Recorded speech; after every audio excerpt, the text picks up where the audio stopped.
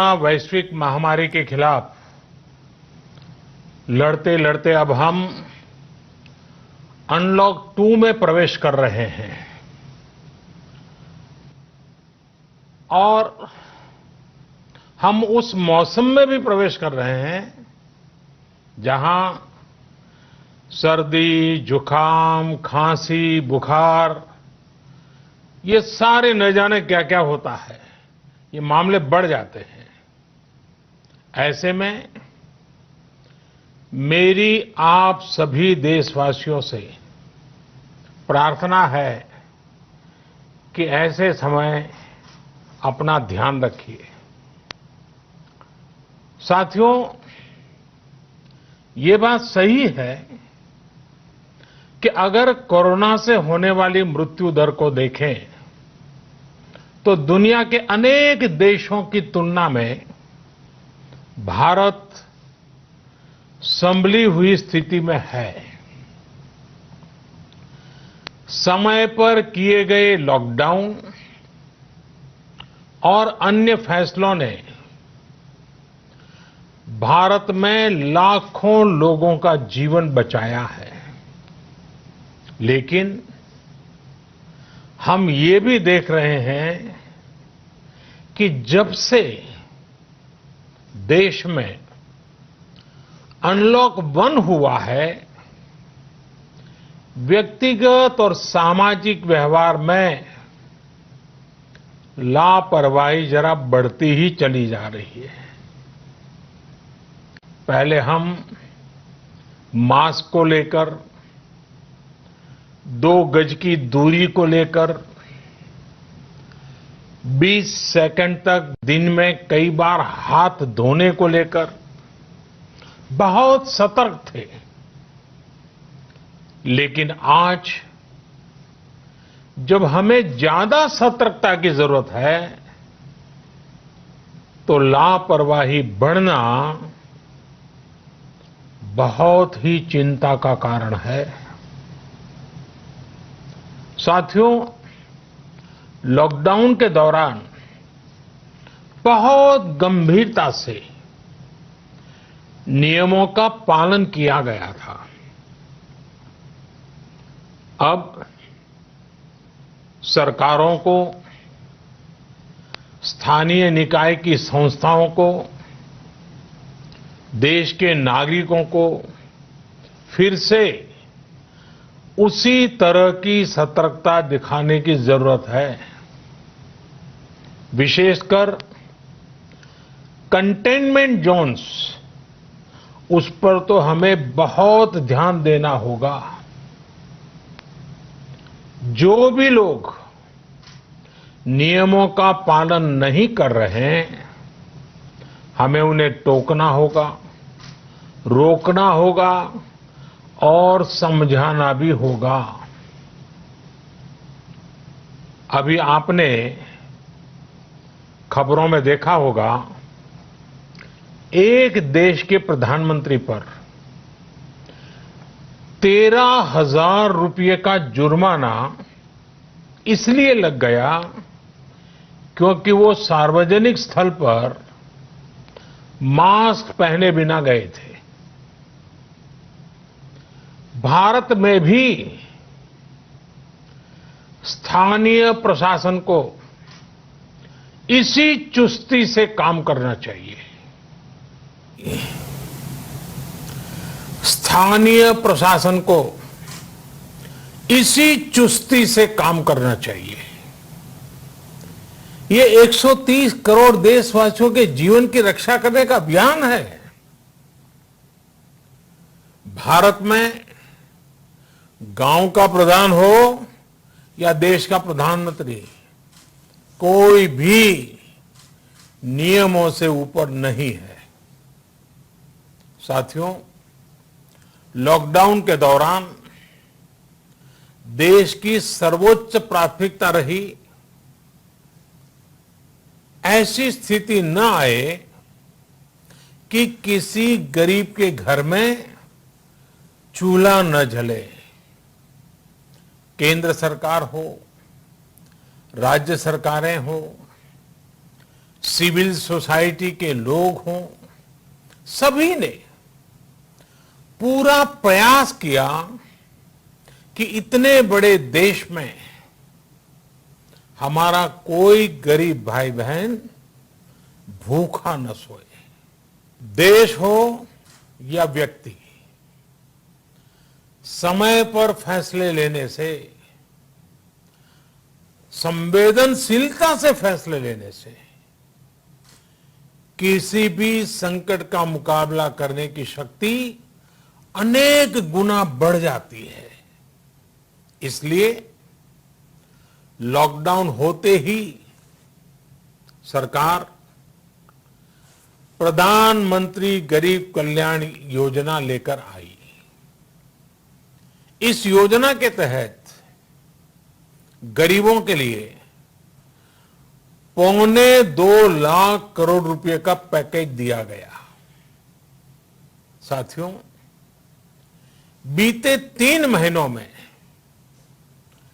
20 करोड़ गरीब परिवारों के जनधन खातों में सीधे 31,000 करोड़ रुपया जमा करवाए गए हैं। इस दौरान 9 करोड़ से अधिक किसानों के बैंक खातों में 18,000 करोड़ रुपए जमा हुए हैं। इसके साथ ही गांवों में श्रमिकों को रोजगार देने के लिए प्रधानमंत्री गरीब कल्याण रोजगार अभियान तेज गति से आरंभ कर दिया गया है।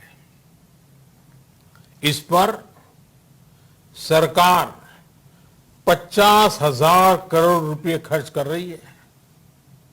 लेकिन साथियों, एक और बड़ी बात है जिसने दुनिया को भी हैरान किया है, आश्चर्य में डुबो दिया है। वो ये कि कोरोना से लड़ते हुए भारत में 80 करोड़ से ज्यादा लोगों को 3 महीने का राशन, यानी परिवार के हर सदस्य को 5 किलो गेहूं या चावल मुफ्त दिया गया।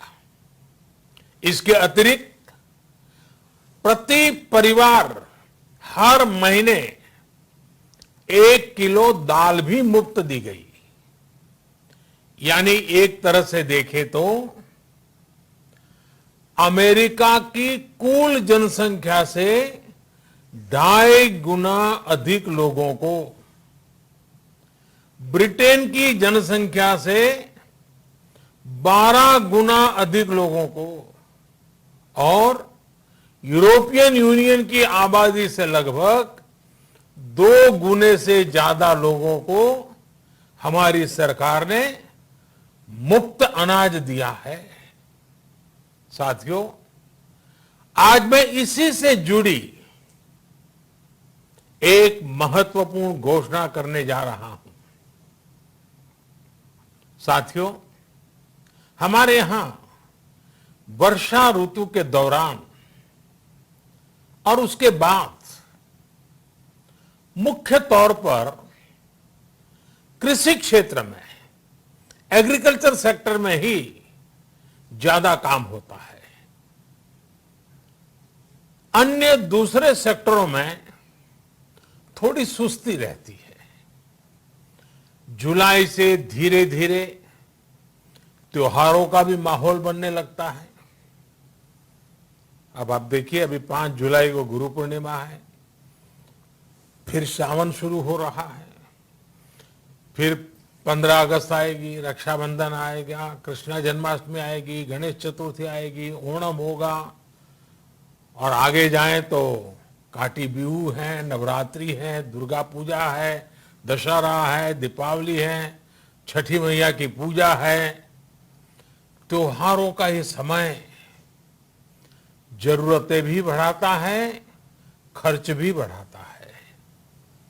इन सभी बातों को ध्यान में रखते हुए ये फैसला लिया गया है कि प्रधानमंत्री गरीब कल्याण अन्न योजना का विस्तार अब दिवाली और छठ पूजा तक यानी नवंबर महीने के आखिर तक कर दिया जाएगा। यानी 80 करोड़ लोगों को मुफ्त अनाज देने वाली ये योजना अब जुलाई, अगस्त, सितंबर, अक्टूबर, नवंबर में भी लागू रहेगी।